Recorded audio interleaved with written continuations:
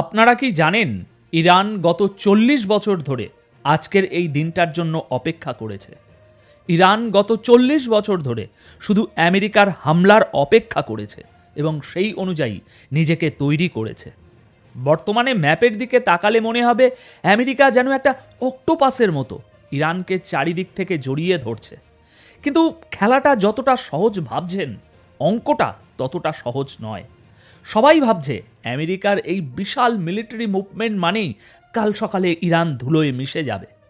কিন্তু আসল সত্যটা হলো ইরান কোনো সাধারণ দেশ নয়।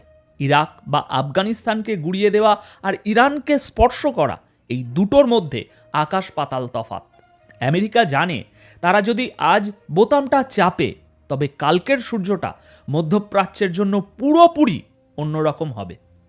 প্রিয় দর্শক, নিউজ চ্যানেলগুলো আপনাকে দেখাচ্ছে যুদ্ধজাহাজ আর বিমানের ছবি, কিন্তু আজ আমরা খুঁজব সেই ইনভিজিবল ওয়ারের গল্প যা আপনার চোখের সামনেই ঘটছে, কিন্তু আপনি দেখতে পাচ্ছেন না। আমেরিকা কি সত্যি ইরানকে ভয় পায়, নাকি ইরান এমন কোনো মরণ ফাঁদ পেতে রেখেছে যা সুপার পাওয়ার আমেরিকাকেও থমকে যেতে বাধ্য করছে? স্বাগতম জানাচ্ছি আপনাদের সকলকে আজকের এই বিশেষ বিশ্লেষণে। আমি অনুপ বিশ্বাস, আর আপনারা দেখছেন এটাই রিয়ালিটি। মনে রাখবেন, এখানে আমরা খবর পড়ি না, খবরের পেছনের আসল খেলাটা ডিকোড করি। দেখুন, এই প্রতিবেদনে আমরা ইসরায়েলকে নিয়ে কথা বলবো না, আমরা দুটি বড় প্লেয়ারকে নিয়ে কথা বলবো, যারা একে অপরের চোখের দিকে তাকিয়ে আছে, কিন্তু কেউ চোখের পাতা ফেলছে না। একদিকে আমেরিকার নজিরবিহীন সামরিক প্রস্তুতি, যা গত কয়েক দশকে দেখা যায়নি, আর অন্যদিকে ইরানের সেই কৌশলগত নীরবতা। জানুয়ারি 2026-এ দাঁড়িয়ে ডোনাল্ড ট্রাম্প প্রশাসন যে পরিমাণ ফৌজ, সাজ সরঞ্জাম, এয়ারক্রাফট ক্যারিয়ার এবং মিসাইল ডিফেন্স সিস্টেম মধ্যপ্রাচ্যে পাঠিয়েছে, তা দেখে মনে হতে পারে এটা কি কেবল ভয় দেখানোর জন্য, নাকি বড় কোনো গ্রাউন্ড ইনভেনশনের ব্লু প্রিন্ট। কিন্তু ইন্টারেস্টিং বিষয় হলো, ইরান ঝুঁকছে না, ইরান ভাঙছে না, উল্টে তারা আমেরিকার চোখের দিকে তাকিয়ে মুচকি হাসছে। কিন্তু কেন? ইরানের এই কনফিডেন্সের উৎস কী? আর কেনই বা এত শক্তি থাকার পরেও আমেরিকা এখনও ফার্স্ট স্ট্রাইক বা প্রথম আঘাতটা করছে না? আমেরিকা বিশ্বের সবচেয়ে শক্তিশালী দেশ, এতে কোনো সন্দেহ নেই, কিন্তু তারপরেও কেন ইরানকে চেকমেট করতে আমেরিকার হাত কাঁপছে? কারণটা হলো ইরানের প্রস্তুতি। ইরান গত 40 বছর ধরে শুধু আমেরিকার হামলার অপেক্ষাই করে গেছে এবং সেই অনুযায়ী নিজেকে তৈরি করেছে। ইরান খুব ভালো করে জানে আমেরিকার সাথে কনভেনশনাল ওয়ারে তারা পারবে না। আমেরিকার এয়ারফোর্স সুপ্রিয়ার, তাই ইরান বেছে নিয়েছে জমিনের লড়াইয়ের রাস্তা। ইরানের প্রথম শক্তি হলো তাদের মিসাইল প্রোগ্রাম। ইরান তাদের মিসাইল রেঞ্জ এবং লক্ষ্যভেদের ক্ষমতাকে এমন এক পর্যায়ে নিয়ে গেছে যে মধ্যপ্রাচ্যে আমেরিকার কোনো ফৌজি ঘাঁটি বা বেস এখন আর নিরাপদ নয়। আমেরিকা যদি আকাশ থেকে ফাইটার জেট দিয়ে হামলা করে, ইরান মাটি থেকে ব্যালিস্টিক বা ক্রুজ মিসাইল দিয়ে আমেরিকার বেসগুলোকে ধুলোয় মিশিয়ে দেওয়ার ক্ষমতা রাখে। এগুলো এখন আর অন্ধের মতো ওই ছোটা রকেট নয়, এগুলো পিন পয়েন্ট অ্যাকুরেসি সহ গাইডেড মিসাইল। কয়েক দশক ধরে নিষেধাজ্ঞার চাপে থেকেও ইরান নিজের ইন্ডাস্ট্রি, ডিফেন্স এবং অর্থনীতিকে টিকিয়ে রেখেছে। তারা মাটির আন্ডারগ্রাউন্ডে এমন সব মিসাইল সিটি এবং নিউক্লিয়ার ফ্যাসিলিটি তৈরি করেছে যা সাধারণ বোমা দিয়ে ধ্বংস করা অসম্ভব। ইরান জানে আমেরিকা তাদের উপরে হামলা চালালে তাদের ক্ষতি হবে, কিন্তু ইরান সেই ক্ষতি সহ্য করে পাল্টা কামড় দেওয়ার জন্য আজ সম্পূর্ণ প্রস্তুত। ইরান কোনো সমতল মরুভূমি নয় যে আমেরিকার ট্যাঙ্কগুলো ইরাকের মতো হাইওয়ে দিয়ে সোজা রাজধানীতে ঢুকে পড়বে। ইরান হলো পাহাড়ের দুর্গ, পর্বতমালার দুর্গম রাস্তা, সরু গিরিপথ, এগুলো যে কোনো আক্রমণকারী বাহিনীর জন্য মরণ ফাঁদ। আমেরিকা জানে ইরানে সৈন্য ঢোকানো মানে হলো নিজেদের সৈন্যদের কফিনে করে ফেরত আনা। তাই ট্রাম্পের মুখে যতই হুঙ্কার থাকুক, পেন্টাগনের জেনারেলরা জানেন ইরানকে হারানো মানে মিশন ইম্পসিবল না হলেও মিশন সুসাইডাল হতে পারে। এবার আসুন হার্ডকোর রিয়ালিটিতে ফিরে আসি। দেখুন, ইমোশন একদিকে আর মিলিটারি লজিস্টিক অন্যদিকে। এই মুহূর্তে আমেরিকার 45টি C-17 বিমান মধ্যপ্রাচ্যে ল্যান্ড করেছে। এখন আপনারা হয়তো ভাবছেন আরে ভাই, বিমানই তো, এ আর এমন কি? সিরিয়াসলি ভাবুন, C-17 গ্লোবমাস্টার 3 কোনো সাধারণ বিমান নয়, এটাকে বলা হয় উড়ন্ত দৈত্য। বোয়িং কোম্পানির তৈরি এই বিমানটি হলো আমেরিকার সামরিক শক্তির মেরুদণ্ড। কেন এই বিমানের মুভমেন্টকে আমরা এত গুরুত্ব দিচ্ছি? কারণ এই বিমানগুলো সাধারণত রুটিন ভিজিটের জন্য কোথাও ওড়ে না। যখন 45টি C-17 একসাথে কোনো নির্দিষ্ট অঞ্চলের দিকে যায়, তার মানে হলো গ্রাউন্ডে বড় কোনো যুদ্ধের প্রস্তুতি সম্পন্ন করা হচ্ছে। একটি C-17 বিমান নিজের ওজনের বাইরেও প্রায় ৭৭,০০০ কেজি কার্গো বহন করতে পারে। জি হ্যাঁ, ৭৭,০০০ কেজি।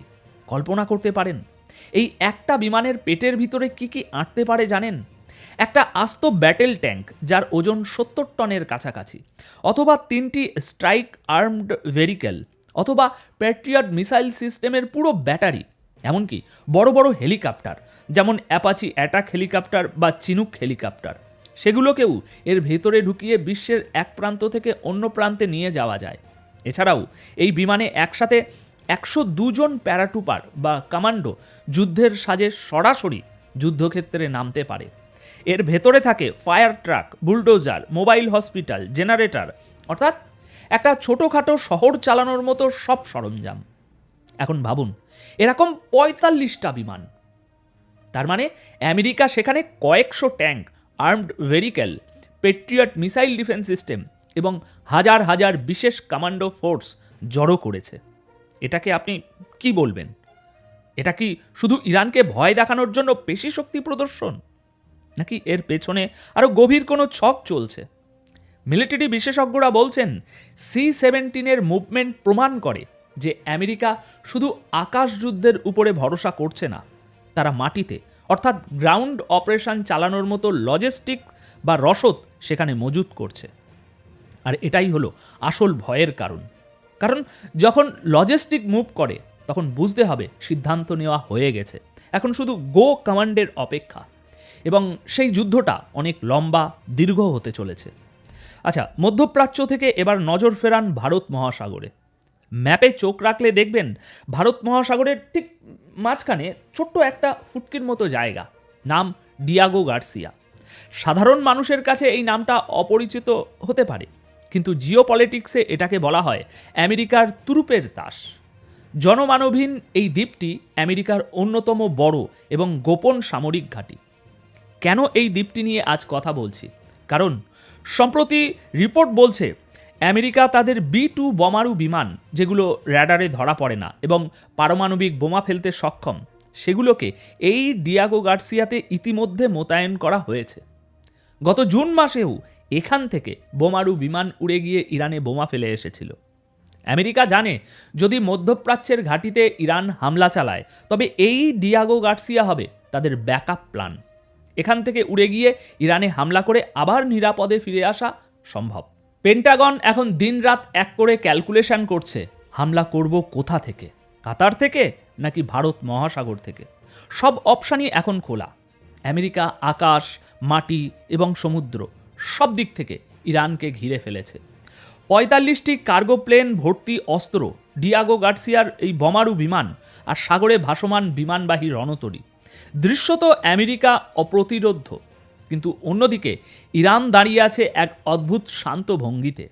তারা জানে তাদের ভূগোল তাদের রক্ষা করবে, তাদের মিসাইল আমেরিকাকে ভাবাবে আর পুরো মধ্যপ্রাচ্যে আগুন জ্বালিয়ে দেবে। তাই প্রশ্নটা এখন আর এটা নয় যে কার কাছে বেশি অস্ত্র আছে, প্রশ্ন হলো কে সেই অস্ত্র ব্যবহার করার মূল্য বা প্রাইস চোকাতে প্রস্তুত। আমেরিকা কি আরেকটি অনন্ত যুদ্ধের জন্য প্রস্তুত? ট্রাম্প কি তার প্রেসিডেন্সির শুরুতেই হাজার হাজার কফিন নিতে রাজি হবেন, নাকি এটা শুধুই একটা বিশাল বড় ব্লফ বা ধোঁকা ইরানকে আলোচনার টেবিলে আনার জন্য? আপনাদের কি মনে হয় আমেরিকার এই বিশাল প্রস্তুতি কি সত্যি যুদ্ধের জন্য, নাকি শুধুই চাপ সৃষ্টির কৌশল? ইরান কি শেষ পর্যন্ত মাথা নোয়াবে? নিচে কমেন্ট সেকশনে আপনার সুচিন্তিত মতামত অবশ্যই জানান। আমি প্রতিটি কমেন্ট পড়ব। আর ভিডিওটি ভালো লেগে থাকলে লাইক করুন, শেয়ার করুন বন্ধুদের সাথে যারা জিও পলিটিক্স বোঝেন। দেখা হবে পরের প্রতিবেদনে নতুন কোনো বিশ্লেষণ নিয়ে। ততক্ষণ পর্যন্ত চোখ খোলা রাখুন, কারণ যা দেখছেন সবসময় তা সত্য হয় না। ধন্যবাদ আপনাদের সকলকে।